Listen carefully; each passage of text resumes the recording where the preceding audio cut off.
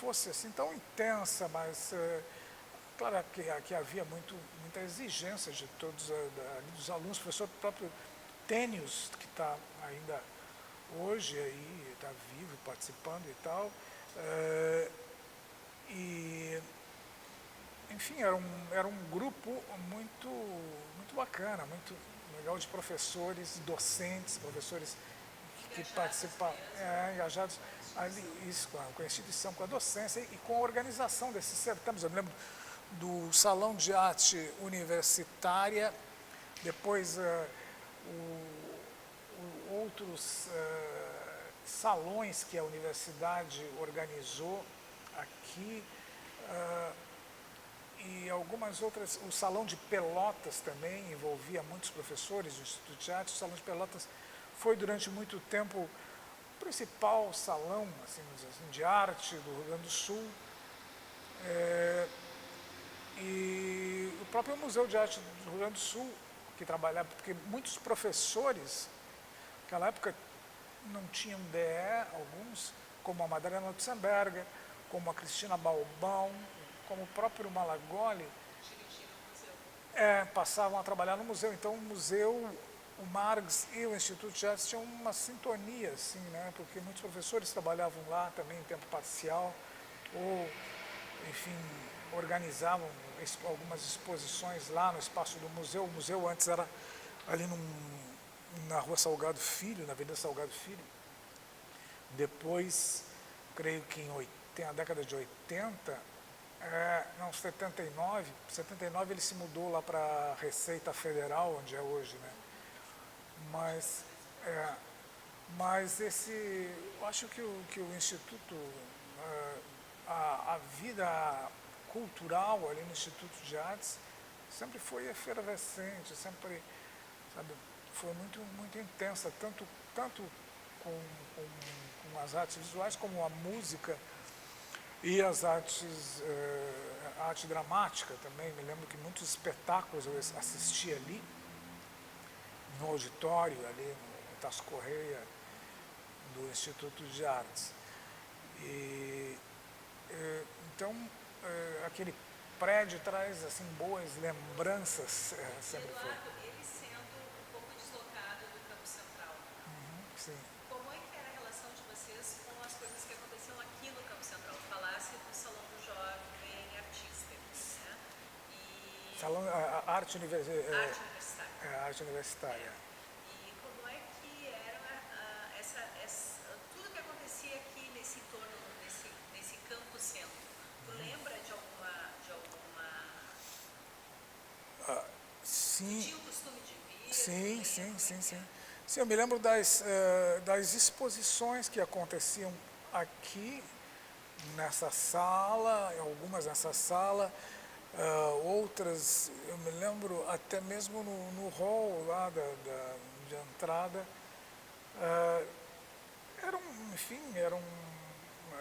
E a gente tinha essa participação aqui também com a reitoria e em alguns eventos também que eram feitos aqui ou no salão de atos ou mesmo aqui no salão de festas, que quando se tinha uma audiência maior, que o nosso pequeno auditório lá não comportava, vinha para cá, mas é claro que não era como hoje. Eu acho que naquela época era um pouco mais tímida essa relação. Me lembro poucas vezes assim, de algumas exposições, mas realmente houve. Eu acho que nos anos atuais, acho que essa relação se estreita muito mais e a gente tem participado muito mais aqui no Campo Central com o próprio trabalho teu e da difusão cultural. Acho que é muito importante nesse sentido, né, de trazer para cá alguns eventos da área cultural e da área artística. Então, acho que é isso.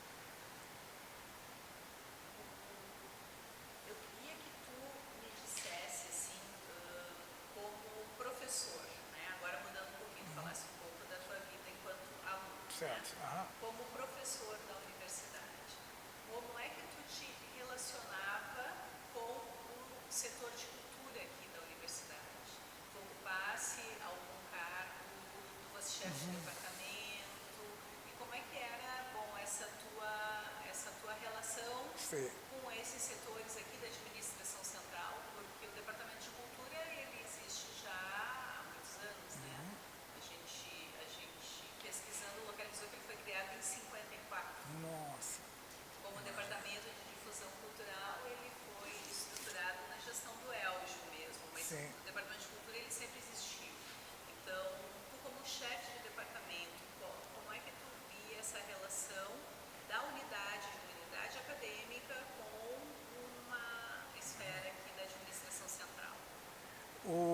Eu, na verdade, tive um cargo que era o coordenador da comissão de carreira, que se chamava antigamente, que era a comissão de graduação, né, a atual comissão de graduação da Congrade. Essas comissões, elas ocupavam uma sala aqui embaixo, ali na frente da Biblioteca Central, né, ainda.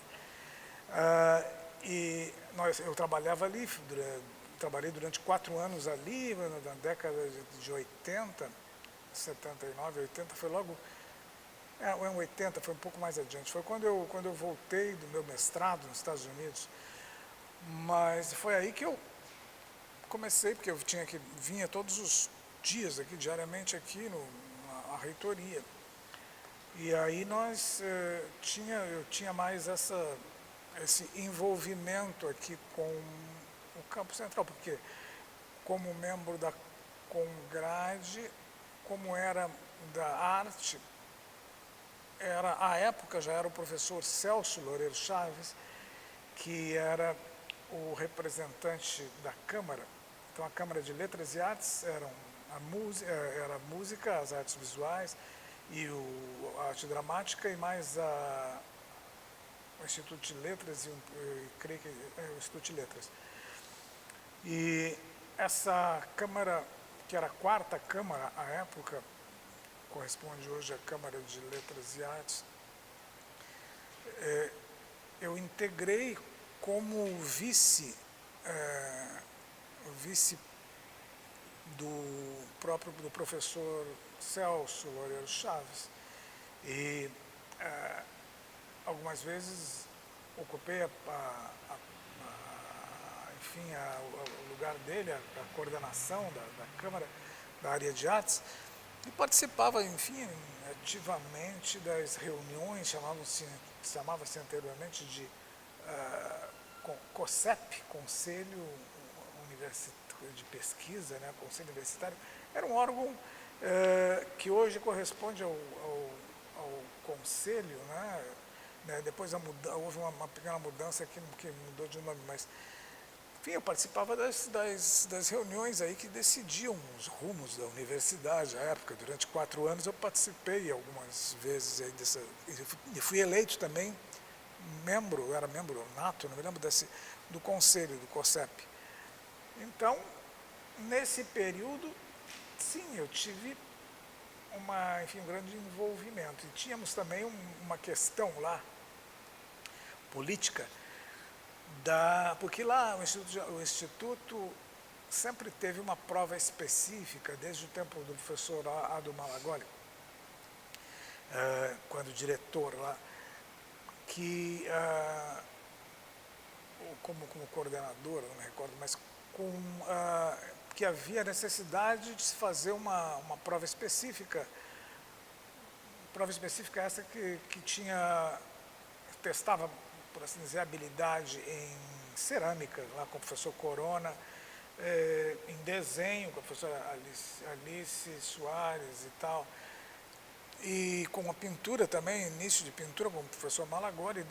Quer dizer, o aluno que queria entrar passava por uma espécie de prova anterior, para ver se ele realmente tinha alguma familiaridade já com a coisa, igual a música. Só que depois, na década de 70, foi abolida essa necessidade por causa da implantação do vestibular unificado. A música permaneceu, pelas suas características e tal, permaneceu com essa prova específica. Então nós notamos que havia uma grande evasão no curso de artes visuais, que as pessoas faziam, porque era um curso mais fácil de entrar para a universidade, uma porta de entrada, assim, vamos dizer assim, era na nota do vestibular, era uma nota mais baixa, né? Enfim, artes plásticas, artes visuais. Então todo mundo entrava e depois tentava lá trocar de curso, pedir, enfim.